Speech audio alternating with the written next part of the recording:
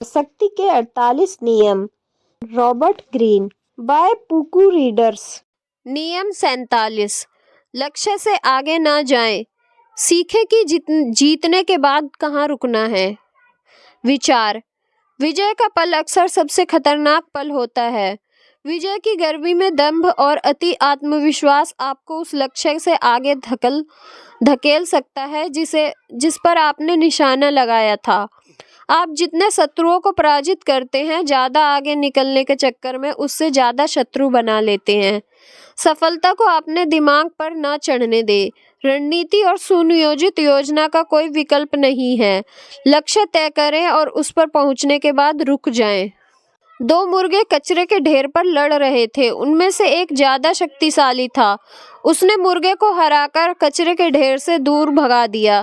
सारी मुर्गियां विजयी मुर्गे के पास इकट्ठी होकर उसकी तारीफ करने लगी। विजयी मुर्गा चाहता था कि अगले अहाते में उसकी ताकत और शोहरत का डंका बज जाए, इसलिए वह अगले अहाते में चला गया। वह खलिहान के ऊपर उड़कर बैठ गया और अपने पंख लहराकर तेज आवाज में बोला, तुम सब मेरी तरफ देखो, मैं जीतने वाला मुर्गा हूँ। दुनिया में किसी और मुर्गे में मेरे जितनी ताकत नहीं है। अभी मुर्गे की बात पूरी भी नहीं हो पाई थी कि एक बाज ने उस पर झपट्टा मारा, उसे अपने पंजों में दबाया और अपने घोंसले में ले गया। शक्ति की कुंजी। शक्ति की अपनी लय और तंत्र होता है। जो लोग इस खेल में सफल होते हैं वे अपने तंत्र को नियंत्रित करते हैं और इच्छानुसार बदलते हैं। वे अपनी गति निर्धारित करके लोगों का संतुलन बिगाड़ देते हैं। रणनीति का सार यह नियंत्रित करना है कि बाद में क्या होगा। विजय का उल्लास भविष्य को नियंत्रित करने की अपनी योग्यता को दो तरीकों से विचलित कर सकता है। सबसे पहले आप अपनी सफलता एक तंत्र को देते हैं जिसे आप दोहराने की कोशिश करना चाहते हैं। आप रुके बिना उसी दिशा में जाने की कोशिश करेंगे और यह देखना चाहेंगे कि यह दिशा अब भी आपके लिए सर्वश्रेष्ठ है या नहीं।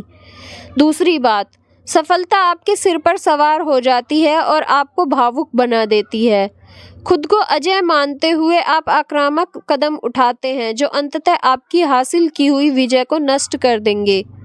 सबक आसान है। सशक्त लोग अपनी लय और तरीके बदलते रहते हैं, दिशा बदलते रहते हैं, परिस्थितियों के अनुसार ढलते रहते हैं और नया काम करना सीखते रहते हैं। नाचते हुए कदमों के साथ आगे जाने के बजाय वे पीछे हटते हैं और यह देखते हैं कि वे कहाँ जा रहे हैं। ऐसा लगता है जैसे उनकी खून की धार में ही विजय के दीवाने उल्लास का उच्चार है, जिससे वे अपनी भावनाओं को नियंत्रित कर लेते हैं और सफलता हासिल करने के बाद एक तरह के मानसिक ठहराव की स्थिति में आ जाते हैं। वे खुद को संभालते हैं, थोड़ा ठहरकर घटनाओं पर विचार करते हैं, अपनी सफलता में परिस्थिति और भाग्य की भूमिका जांच करते हैं। शक्ति पाने में किस्मत और परिस्थिति की हमेशा महत्वपूर्ण भूमिका होती है, लेकिन आप चाहे जो भी सोचें, खुशकिस्मती बदकिस्मती से ज़्यादा खतरनाक होती है। बदकिस्मती आपको धैर्य, टाइमिंग और बुरी घटनाओं से निपटने की तैयारी की ज़रूरत के बारे में मूल्यवान सबक सिखाती है। खुशकिस्मती आपको उल्टी दिशा में ले जाती है और आप यह सोचने लगते हैं कि आप अपनी प्रतिभा के कारण ही सफल हुए हैं। आपकी किस्मत हमेशा पलटेगी और जब ऐसा होगा तो आप इसके लिए जरा भी तैयार नहीं होंगे। जो खुशकिस्मती आपको ऊपर उठाती है या आपकी सफलता पर मोहर लगाती है, वह आपकी आंखें खोलने का पल भी नहीं लगाती। किस्मत का पहिया आपको उतनी ही आसानी से नीचे फेंक देगा जितनी आसानी से इसने आपको ऊपर उठाया है। अगर आप गिरने की तैयारी कर लेते हैं तो आपकी बर्बादी की संभावना न्यूनतम हो जाएगी। शक्ति की लय में अक्सर शक्ति के परिवर्तन और चालाकी की जरूरत होती है। ताकत के बहुत ज्यादा इस्तेमाल से प्रतिक्रिया होती है। बहुत ज्यादा चालाकी, चाहे यह कितनी भी चतुराई भरी क्यों ना हो, दिख सकती है। जब आप विजयी हो तो जमीन पर ही रहें और दुश्मन को निष्क्रिय बना दे। लय के ये परिवर्तन बहुत सशक्त होते हैं। जो लोग लक्ष्य के आगे पहुंच जाते हैं अक्सर अपनी निष्ठा साबित करके किसी मालिक को खुश करना चाहते हैं, लेकिन हो सकता है कि मालिक आप पर शक करने लग जाए। कई मौके पर मैसिडोनिया के फिलिप ने विजय पाने वाले अधीनस्थ सेनापति को अपमानित करके उन्हें छोटा पद दे दिया। फिलिप का सोच यह था कि अगर उन्होंने भविष्य में एक और युद्ध जीत लिया तो वे उनके अधीनस्थ रहने के बजाय प्रतिद्वंदी बन जाएंगे। जब आप किसी मालिक की सेवा करते हैं तो अक्सर समझदारी इसी में होती है कि आप अपनी विजय को सावधानीपूर्वक नापें, उसे शोहरत हासिल करने दें और उसे कभी असहज ना बनाएं। यह भी सावधानी समझदारी पूर्ण है कि आप कठोर आज्ञाकारिता का तंत्र स्थापित करके उसका विश्वास हासिल करें। जब आप आखिरकार रुकते हैं तो बहुत ही महत्वपूर्ण बन जाता है। सबसे आखिर में जो आता है वह मस्तिष्क में किसी विस्मयावाचक चिन्ह की तरह जमा रहता है। रुकने और छोड़ देने के लिए विजय के ठीक बाद का समय सबसे अच्छा होता है। विजय के बाद भी जोखिम यह रहता है कि आपका प्रभाव कम हो सकता है, यहाँ तक कि आप हार भी सकते हैं। जैसा वकील क्रॉस एग्जामिनेशन के बारे में कहते हैं, हमेशा जीतने के बाद रुक जाएं। फ्रांसीसी L bellman the art of cross examination में क्रॉस एग्जामिनेशन की श्रृंखला। सभी क्रॉस एग्जामिनेशन में सबसे महत्वपूर्ण बात यह है कि हमेशा रुकने के लिए अच्छी जगह के बारे में सतर्क रहें। कोई भी चीज़ इससे ज़्यादा महत्वपूर्ण नहीं है कि आप अपनी बात को विजय के साथ खत्म करें। बहुत से वकील गवाह के गंभीर झूठ को पकड़ लेते हैं, लेकिन वे इससे संतुष्ट नहीं होते हैं और लगातार सवाल पूछते जाते हैं। वे मूर्खतापूर्ण तरीके से तब तक सवाल पूछते जाते हैं जब तक कि उनके द्वारा पकड़े गए झूठ का प्रभाव जूरी पर पूरी तरह खत्म नहीं हो जाता। विशेषज्ञों की राय।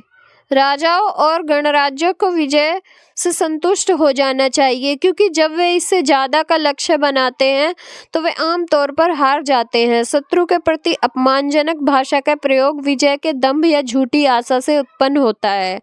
झूठी आशा से मनुष्य की बातें और काम गलत दिशा में चले जाते हैं, क्योंकि जब झूठी आशा मस्तिष्क पर हावी हो जाती है तो मनुष्य अपने लक्ष्य से आगे चला जाता है और निश्चित अच्छाई को छोड़कर अनिश्चित बेहतरी की ओर कदम बढ़ाने लगता है।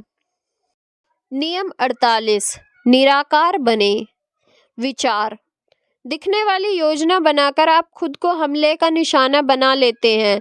साकार बनकर खुद को शत्रु की पकड़ में रखने लाने के बजाय खुद को लगातार ढालते रहें।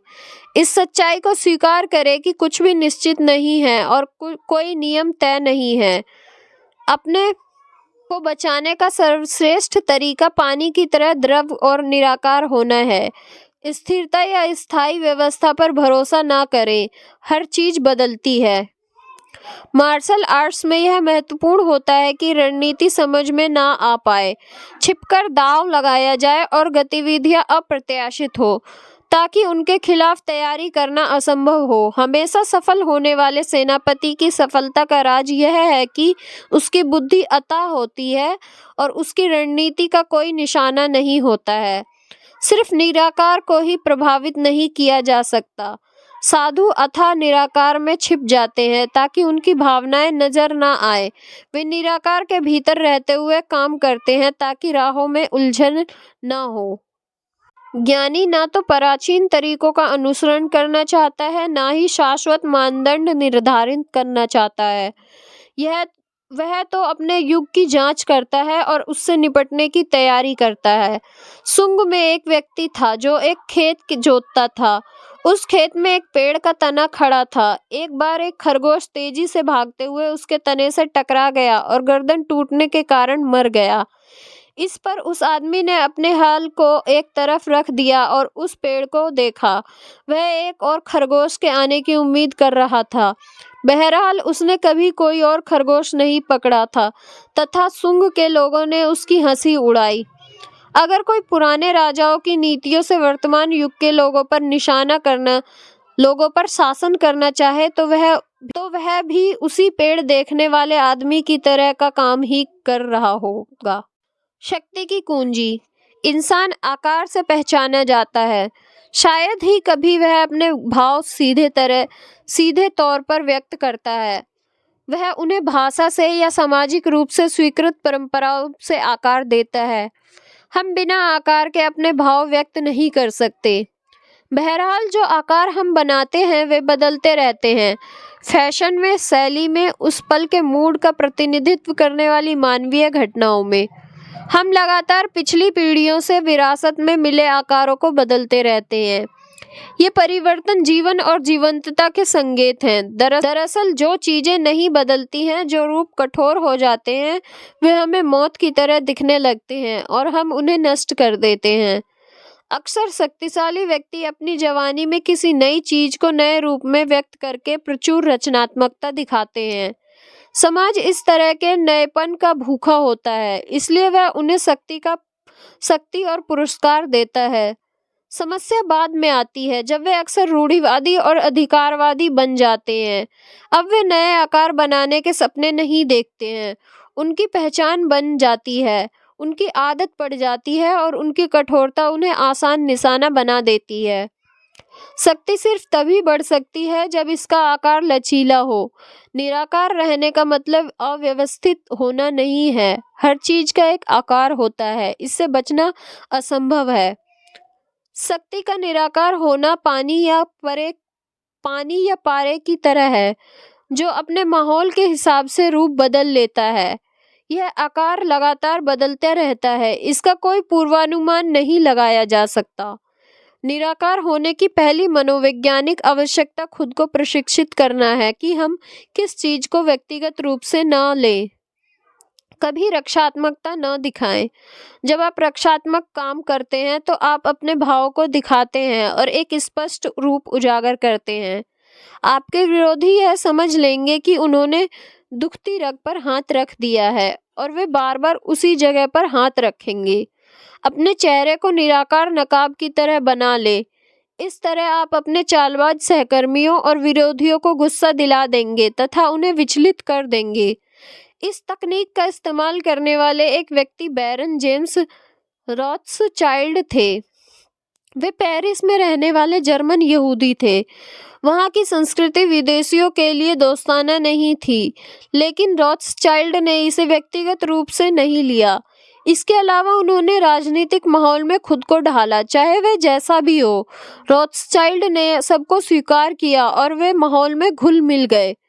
उनका कोई आकार नहीं होने के कारण वे माहौल में ढलकर समृद्ध हुए, जबकि दूसरे अमीर परिवार उस समय के जटिल बदलावों और किस्मत के उतार चढ़ाव में बर्बाद हो गए। अतीत में जकड़े रहकर उन्होंने अपना स्पष्ट स्वरूप उजागर कर दिया।